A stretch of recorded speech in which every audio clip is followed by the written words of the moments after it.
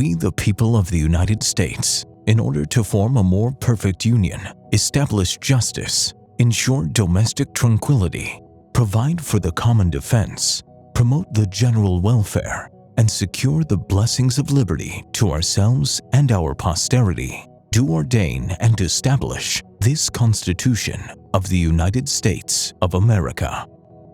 Do we have a Constitution? Tough question, right? I mean, maybe you think it's easy. Maybe, well, yeah, I have my pocket Constitution right here. But have you ever sat and thought about it when you look at where we are now? Do we actually have one? I realize there's something in existence. There's some words on a piece of paper. What do they matter? What do they matter? I feel like those of us on the right who loved the Constitution, I feel like maybe we're clinging to the past, and this is what I mean. The left just shredded it. They've shredded it over and over and over again. It's completely meaningless now. We walk around with it, and I've done this before. Shoot, I have one in my pickup truck. And it's an awesome document, and it brought so much freedom. But if people don't know it, if people don't care about it, what is a law? What does something written down matter if people don't care about it and people won't enforce it? The truth is, we're talking tonight about a constitutional crisis and the Constitution in crisis. The truth is, what Constitution? We don't have one because half the country hates it. They hated the fact that that wonderful document put limits on what the federal government is allowed to do to you, and they went on a 100-year campaign to burn that thing, and they torched it good. There's a great line from the old Roman general Pompey Magnus that I love so much, when he was busy abusing people's rights and stuff. He did that a lot, but he had this line because someone quoted it. That's against the law. You can't do that. It's against the law. That's what they told Pompey. And Pompey said to him, do not quote laws to men with swords. The truth is this. The Constitution, it's nothing now. I wish it wasn't so. I wish it wasn't so because it helped give us the blueprint for how our country was supposed to be laid out. It was a wonderful document. The left destroyed it. The right, we have to own this, the right wasn't strong enough to stop them. And that's just the truth. And if you tell a communist, as I've told you, that's what we have now, you tell them something's against the law, against the Constitution, they're going to give you the modern day version of Pompey Magnus. Don't quote laws to men with swords. Do you remember? It always struck me. Do you remember what happened this summer when Antifa and Black Lives Matter burned down a bunch of American cities? And you remember what happened when all those people went to jail, all the communist street thugs? Got let right out of jail by the DA. You and I are sitting here screaming, that's against the law. Property damage, you can't do that. That's against the law. Is it? Is it? When the person decides who will be prosecuted for what, says there is no law, then there is no law. Maybe we need a new constitution, or maybe we need a new education system to teach Americans about why the one we have is so important and why it's the only thing standing between them and tyranny. And remember this when we talk about politically fighting, and I'm talking about politically here, but remember this, our history is not one of the Bill of Rights, the Constitution, the Declaration of Independence giving us freedoms. You and I like to think that's true. We've all seen those paintings of the founding fathers on the steps of Philadelphia arguing over the Constitution. Now that's where our freedoms came from, right? No, that was just a piece of paper until a bunch of Americans had the guts to go out and shoot a bunch of British people in the face. No, I don't want you shooting anybody in the face, but you do have to know we have to win the political battles for that document to ever mean anything again. Let's be honest with ourselves when we talk about the Constitution in crisis, post-constitutional. There is no Constitution right now. I want it to come back. I hope, Lord willing, you want it to come back. But we don't have one right now. Laws are whatever they decide they are. And you talk about post-Constitution. I'm not gonna rehash old things, but I want you to think about this for a moment and think about how scary this is. The Federal Bureau of Investigation, the federal law enforcement arm for the United States of America, they intentionally falsified documents so they could get a FISA warrant to spy on an American citizen and an opponent of the then President of the United States of America. This all came out. Nothing I just said is some rumor. This is all a fact. All this information came out, and nobody's in jail. One guy got in that much trouble for it. Kevin Kleinsmith, FBI lawyer, he got probation. You see, what do you think would happen if you falsified evidence for something? What do you think would happen to you? We don't have a constitution because we don't have laws. We have two different justice systems in the United States of America. We have a justice system for the elites. We have a justice system for the people who are good little servants to Big Brother. And then we have a justice system to you and I.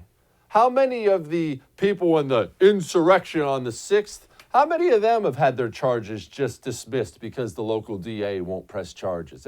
You looked into that? Oh, they're throwing those people on no-fly lists. They're throwing the book at all of those people. The Constitution. I think we're in very, very, very deep trouble in this country. And I will tell you something else. I call these people communists for a reason.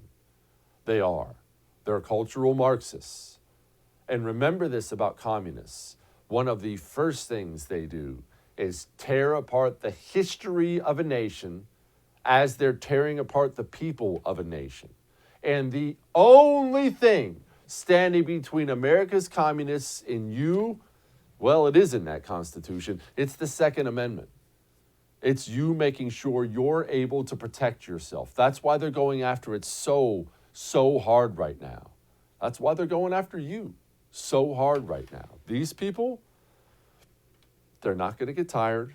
They're not going to back away. They're not going to decide they have enough power. They're going to keep coming, and they're going to keep coming. So maybe it's time for our side to stop crying about the Constitution. Start playing offense. We just had full Republican control for 2 years, and then half Republican control.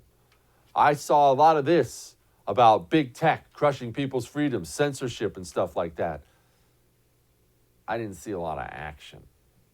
I saw a lot of, we should be teaching patriotism in schools. I didn't see a lot of action. You see, unless we're willing to act, unless we are willing to use our power when we get our power, then we're never going to be able to accomplish anything. We can't let the left run roughshod over the country and completely carpet bomb the Constitution every time they get in. And then the second we take power, say, well, I can't do that. It wouldn't be constitutional. Buddy, either you step up and defeat the American communists, or I don't ever want to hear you say constitutional again, because they don't have any use for that document at all. And remember this, when you hear people say, well, that's hypocritical. He's being hypocritical. Communists don't care about that. They don't care. They know they're being hypocritical. You don't follow the communist religion. Therefore, you're a heretic. That's how they look at you. Let us accept what we're facing here. And let us, if we're interested in getting back to being a constitutional republic, and I hope there are enough of us who are interested in that. If we're interested in that, let's be adult enough to realize we're never getting back there until the left is completely defeated in the United States of America. This is a pipe dream. So unless you're willing to take the fight to the communists here, don't ever say Constitution to me again. I don't want to hear it. All right, we got a great show for you tonight. We got to talk First Amendment, Second Amendment. We have to talk about these freedoms we have, how we lost them, how we're going to get them back. That gets uncomfortable, doesn't it? Well, let's be honest. All that may have made you uncomfortable, but I'm right.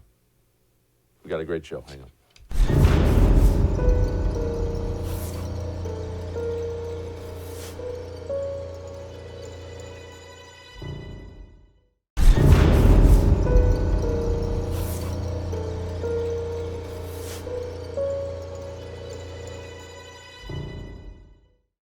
Congress shall make no law respecting an establishment of religion, or prohibiting the free exercise thereof, or abridging the freedom of speech, or of the press, or the right of the people peaceably to assemble, and to petition the government for a redress of grievances.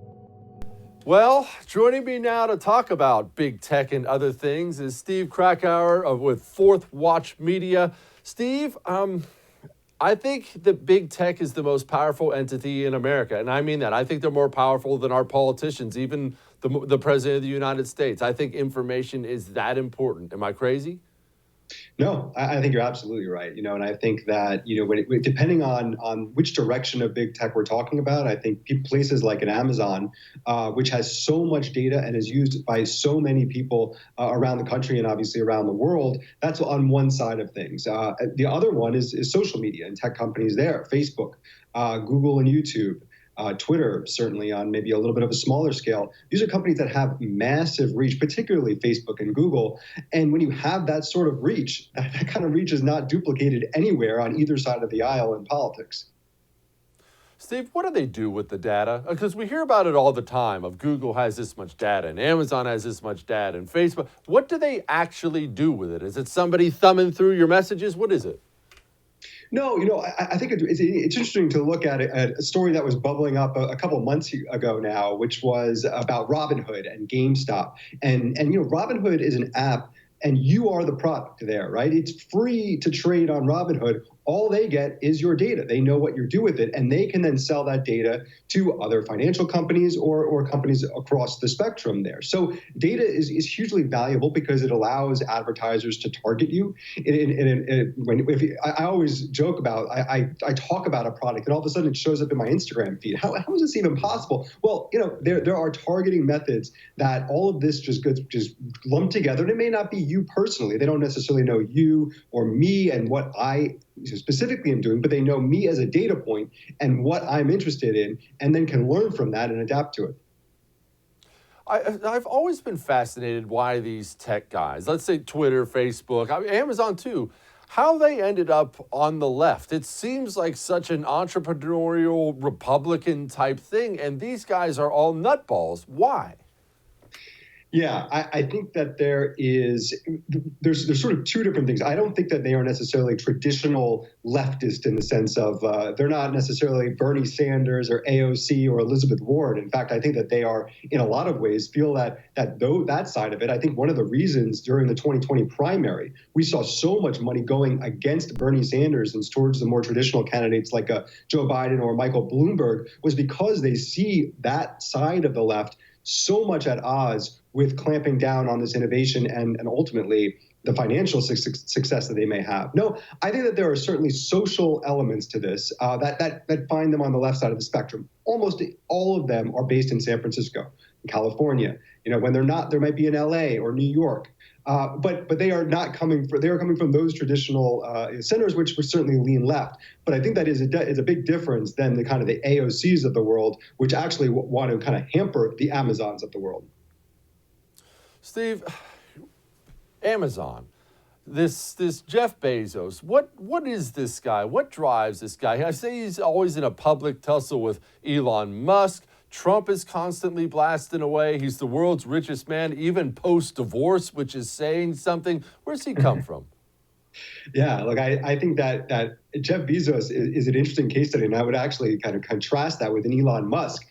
Bezos, he's obviously comes from the world of Seattle and San Francisco. He's comes from that kind of tech world, and he's built Amazon into a product that you would use for anything that you possibly need. And at the same time, he's someone who is interested in having more of his arms, not just in the tech world, but in media. That's why he bought the Washington Post. He has his arms in Hollywood. It's why he's got Amazon Prime and all the new shows that are going on there that are up for Academy Awards now. It's a method that he's used to take those billions that he's made through tech and move it into areas where he feels like he can really have power and influence, which is in media and in Hollywood. And that's actually something that I've said I think Elon Musk should do. I mean, he has the billions he has from Tesla. He may not be particularly interested in media or tech, but why not Elon Musk buy Twitter or something? Actually have a say in what's happening in the world of media and social media. I don't disagree. Well, this is what a Facebook executive had to say about Facebook. Instagram, Facebook, Messenger, Oculus, WhatsApp, they all need to be separate companies. It's too much power when they're all one together.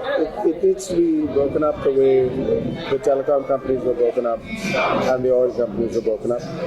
But better than that, because those guys just came back together pretty soon after that, and I hope we've learned from that. But that's really the one thing, as you said. I would break it up, and I would remove Zuck as the...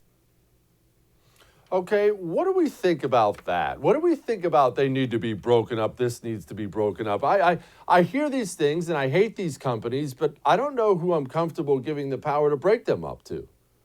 I completely agree. I got real mixed feelings about this. Look, I think that if we're going to rely on our government to start getting involved in tech companies, whether it's breaking them up or whether it's tech censorship, but that leans a certain direction, certainly more of conservatives, that really makes me nervous as well. And I don't think I would much rather rely on the marketplace to do it. And I actually personally feel differently about Mark Zuckerberg than some of these other executives. I think that in a lot of ways, his heart's in the right place. I think he's got a tremendous amount of power.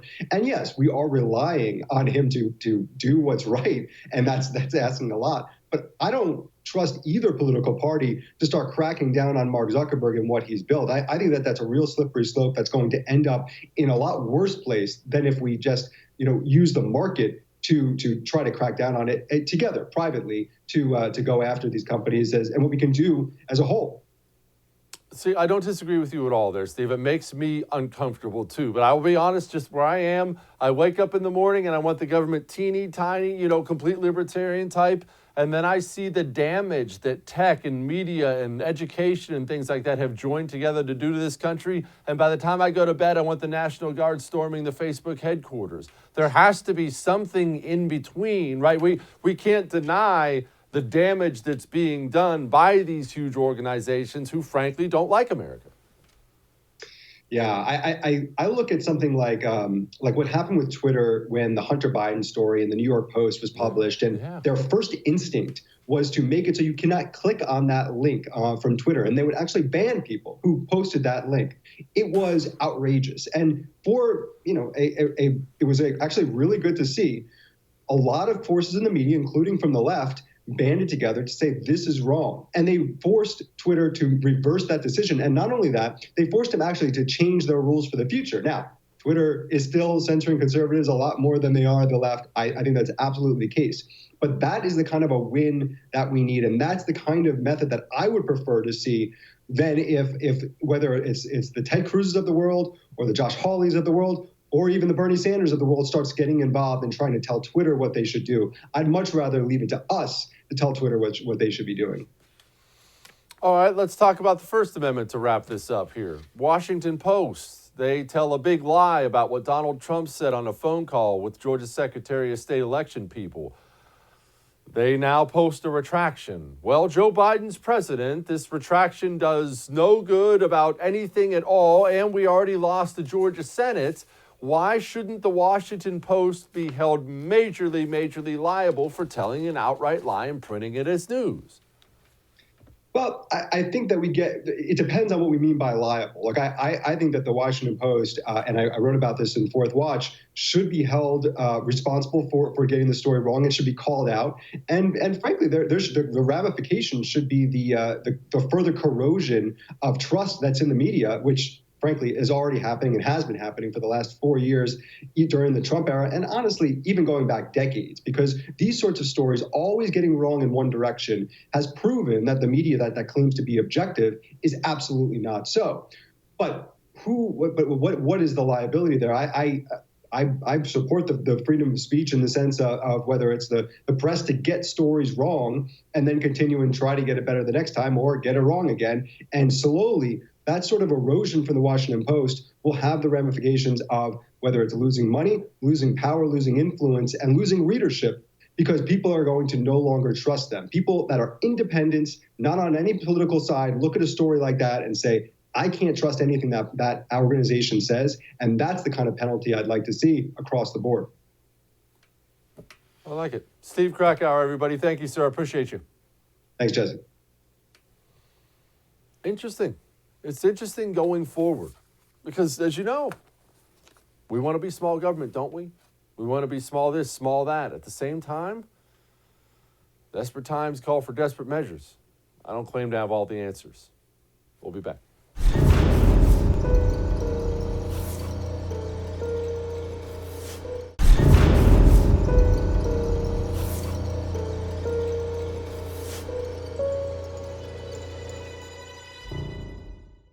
A well-regulated militia being necessary to the security of a free state, the right of the people to keep and bear arms shall not be infringed. Well, let's hope we still get to keep the Second Amendment around here, especially with all this filibuster talk.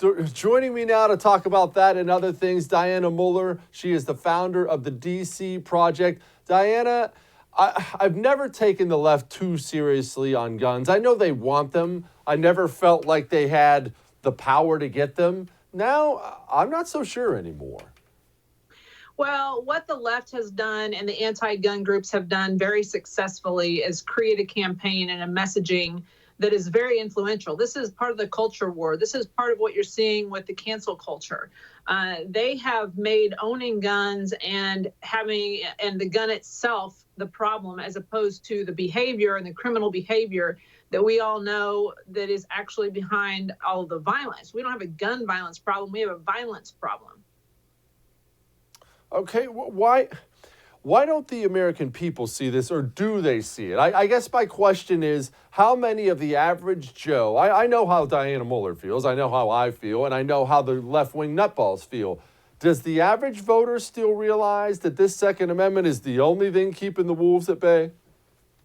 Well, I think the problem there being is that you have a conglomerate of people that between the medias, the ITs, and, everybody is working together lockstep when it comes to messaging against this. And then they're censoring the people like myself and others that could be telling a different narrative. So they're definitely controlling what Americans hear and what they feel. And the media is definitely the most effective devil in America, and they're teaching people and preaching and indoctrinating people to believe this narrative, and it doesn't always necessarily mean it's the truth. It can be everything from the Second Amendment and guns to police officers and how you're supposed to feel about them, to the vaccines, to lots of different things. The media has so much power right now, and they showed that. They flexed their muscles after the January 6th incident. So it's very scary, and it's very bizarre times that we're living in, that we're watching what's going on. These people who are preaching that guns are bad and walls are bad are surrounding themselves with walls and guns. So the irony is thick. Diana, what do we make about them talking about things like going after the NRA? And it's not really about the NRA, but going after gun manufacturers, going after gun rights groups. What I can't seem to nail down is, what does that actually mean? Well, like I've said, they've done a great job of marketing the anti-gun, the anti-NRA, like the NRA is a bad guy. The NRA is me. I am the NRA. And it's built of people just like me, gun owners who preach safety, who preach education. So when they've just done a great job of demonizing and vilifying the NRA. And it's really up to our side to be vocal and be heard and be seen. When we conceal carry, that's kind of working against us. When, as conservatives, if we don't want to go out and make a scene and do a rally and carry a sign, that's working against us. When we don't want to run for local office, when we don't want to take the reins back and put conservative, constitutionally sound people on school boards, that's working against us, and it's working in their favor. So our side is going to have to do a little bit more than what we've done in the past and go a little bit more on the offense. So like the DC Project, we have a free download if anybody's interested in it. It's dcproject.info. We have a free download, a one-pager that talks to you about how to have this difficult conversation with your friends, your families, and your communities, anybody really. And it talks about how, we all want safety. We all want the same thing. It's just that we believe that education, not legislation, is the key. Okay, where are we failing as, well, when I say we, where's the GOP failing majorly? Not nationally, I know they suck nationally, state-wise. Which states aren't doing anything and should be doing something? Well, you know what? It's funny when you said that, the GOP, like, we're talking about the Second Amendment. The Second Amendment is a constitutional issue. It is not a partisan issue. And I do believe it has become, over the past 10 years or so, very partisan issue.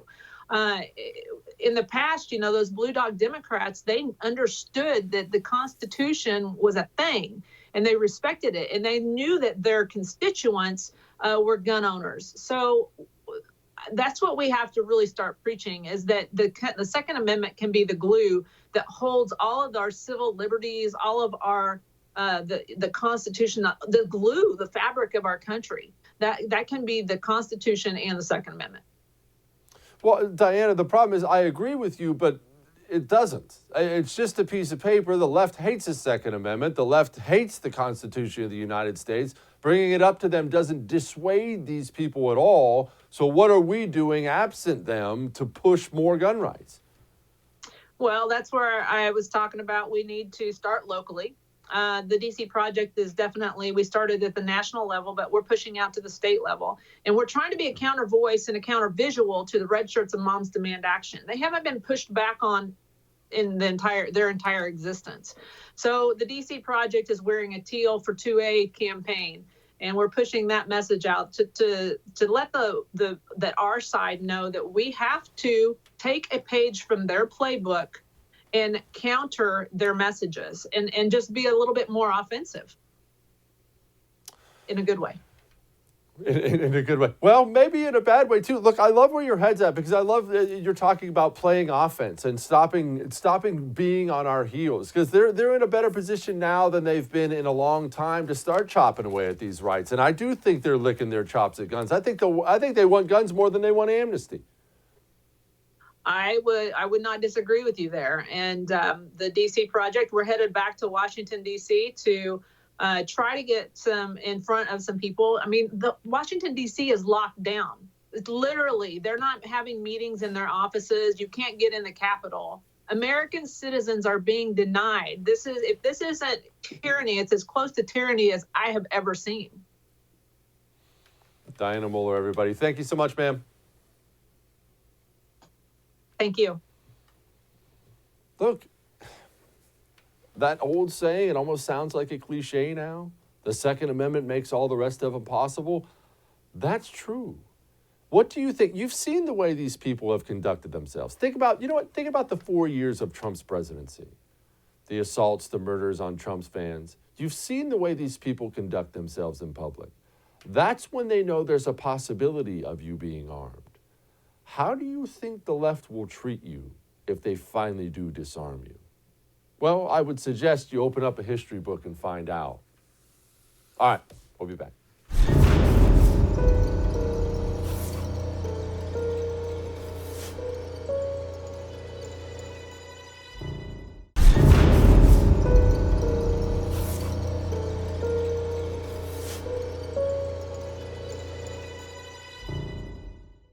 You know how the left is always complaining about conspiracy theorists this and conspiracy theories on the right and whack job conspiracies on the right? You do realize Stacey Abrams is a leftist, right? And that woman regularly spouts more insane nonsense than the guy walking around with a QAnon tattoo on his forehead. Here she is talking about Jim Crow? The Republican state lawmakers in your home state, Georgia, have introduced almost 24 bills to make it more difficult to vote. They are going to end no-excuse mail-in voting, which has been there since 2005. They're going to reduce voting on Sundays, ask for stricter ID requirements, take away drop boxes. Senate Majority Leader Chuck Schumer in D.C., he called this effort by Georgia Republicans, quote, racist, plain and simple, unquote. Do you agree? And is there any way for Democrats to stop these efforts? Well, first of all, I do absolutely agree that it's racist. It is a redux of Jim Crow in a suit and tie. Joining me now to talk about that and the Constitution and if we even have one anymore, Autry Pruitt. He's the CEO of the New Journey PAC. Jim Crow, what sense do these people believe this stuff, or do they think this actually motivates voters, or does it motivate voters and they're onto something? No, they don't really believe the stuff. The reason why I know they don't believe it is because they trust the American banks. They put their millions of dollars into them. They buy homes, they go shopping, they buy Louis Vuitton bags, they do all sorts of things. That's how I know they don't believe it. Because if you really believe that you were in a Jim Crow era and that white male, is it cisgender? I can't quite remember the term, but whatever it is, we're really after you and to take your stuff, then you would not invest in the country. You would not put your money there. And all of these individuals have 2 or 3 homes, so they don't believe it. They don't believe it at all. Their goal is political power at the end of the day. That is said. You at least like to imagine with feminist groups, say. You'd at least like to imagine the lady or two at the top genuinely is there because she cares about the rights of women or something like that. But they're all just hacks, every one of these front groups? Well, I actually think if they were hacks, that would be tolerable. Right? Because a hack is just a person that really doesn't know what they're talking about. They're masquerading and they're pretending. These people know exactly what they're doing. They know exactly they're trying to take the old vestiges of race and turn individuals into victims and keep them victims and extract money from them and put them in their pockets, right? You see the emails coming from the Democrat Party. The emails are real simple. Hey, guess what? Send us $5, send us $10 today and help push back against the racism. I mean, this is like old crony televangelistic stuff, you know? Oh, yeah, send $5 and we'll get you closer to Jesus. I know exactly which, it's the exact same thing, 100%. All right. I'm actually doing a show, as we're talking right now, about the Constitution and stuff. Yeah. And I'll be honest, I wasn't even sure if I wanted to do it because I don't know if I believe in it anymore. And this is what I mean. Let me explain myself. Mm-hmm. I think, yes, it was a wonderful document. I think we have lied to ourselves that piece of paper is going to protect us when the other side doesn't care about it at all. We talk about it all the time. I don't care if that thing was etched in stone by God himself. They would just break it up like Moses did the first time. They don't care about it, but we always bring it up. Why should I care about the Constitution? Well, 3 things, Jesse. First of all, number 1, you're absolutely correct. But I would say this. Let's not even talk about the other side. Let's talk about our side. Okay. When you have a Supreme Court that says, oh, yes, government can fundamentally force you to buy health care, and that was an intention of the founding framers, well, we got a problem. When a court can say, oh, yes, you don't have any gun rights at all, none at all, right? And we're not going to enforce that. Do you have a problem? When the Supreme Court denies the fact that a Pennsylvania court overwrote the legislature when they said ballots had to be in within 3 days, and the judge in Pennsylvania said, no, it doesn't. It can be whatever the Secretary of State says it should be. And the court said, yeah, that's fine. We've got a problem on our own side. So when you say you don't believe in the Constitution and doesn't really matter, I'm almost with you because I doubt our own side. And then the second problem that you have is, although it should matter, for most people, it doesn't, because civil society and civics isn't taught in the classroom anymore. People don't even know the First Amendment. And this third part is, I've been telling Republicans this: when we want to argue something with censorship or any of this stuff, we need to talk about families. We need to talk about how when Facebook changes the algorithm, it puts 25, 30 families out of work. Yeah, it's a small news site. They only have 10,000 hits, and they get something viral every now and then. But when Facebook changes the rules of the game from when you signed up, real families suffer. If we learn to talk about real families, then we can make a pivot to Constitution. But for right now, I'm almost in agreement with you, man. People don't know the Constitution, not even our own side, even the judges on the bench.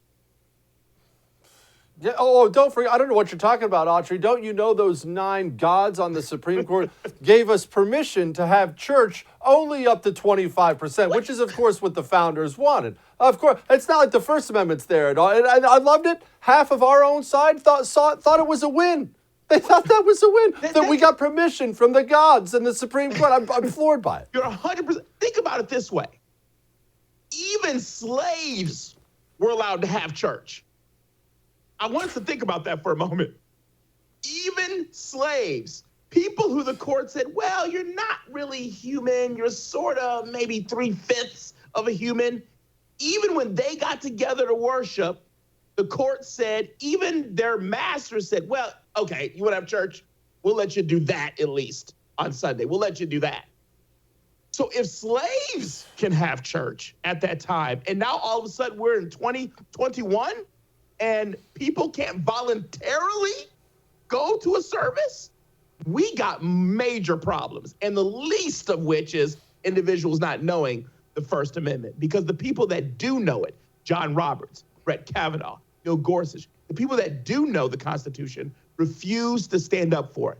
I don't know the reason other than maybe they want to be buddy-buddy with their wine-toasting friends in D.C. or lockdown D.C. as they call it now. Autry, when I hear stuff like what you and I just talked about when it comes to churches and such, it makes me awfully nervous for the coming gun battles I know are coming, and you know they're coming. The left has wanted them forever. Yeah. They've never had the political clout to get them. I think they feel like they have enough momentum now to get something done, and you'll have to excuse me if I don't think the Supreme Court will be this absolute wall protecting my rights. I just don't have any faith in it anymore. Yeah. Listen, I 100% agree with you. I'll put it this way. The Supreme Court can't even get on the same page about a wall surrounding our borders, right? They have walls around D.C. right now, gates with barbed wire, razor wire, and we can't get on the same page about borders. So you can forget about guns, forget about religious rights, forget about the First Amendment. Just forget about it. And until the real solution, there's 2 solutions here, I really believe. The real solution is, 1, the repeal of the 17th Amendment, right? Getting states together to say, you know what, we want to have the direct election of senators.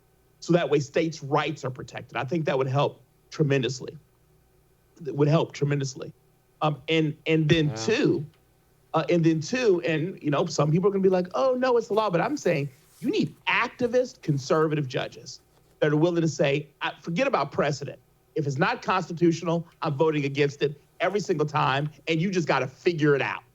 It doesn't matter if it's been the law for 50 years. Figure it out. It's unconstitutional, period. End of sentence. Not 25%, not 30%, not strict scrutiny versus liability. Just, it's not constitutional.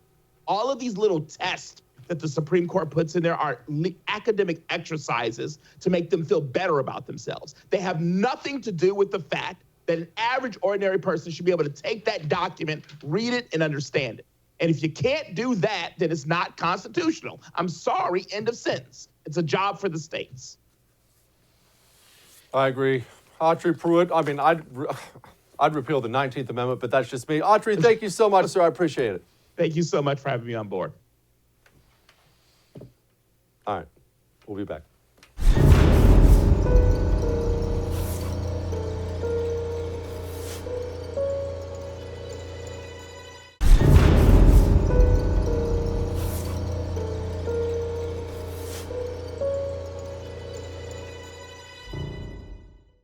Remember this. The Constitution is nothing you need to sneer at. It was a wonderful document that gave us the laws. It gave us the foundation of laws that said, federal government, you can't do this. Federal government, you can't do that. Federal government, these are the things you're specifically allowed to do and nothing else. So it was wonderful. You don't need to sneer at it. But you need to remember, you're facing people who are completely unconcerned with it. Completely unconcerned with it. Don't think for a second you're going to pull out your pocket constitution and sway a single communist from destroying everything you love. They destroyed it specifically because you love it. That's what these people do. That's what you're up against. So just know, you're not going to be philosophical about how to beat the left. You're not going to win them over that way. You're not going to be able to scream, this is against the law. It doesn't work that way. They don't care. They're coming for it. If you want to get back to being a constitutional republic, well, what are you going to do about it? As I've said time and time and time again, don't tell me what you believe. Show me. All right, we'll do it again next week.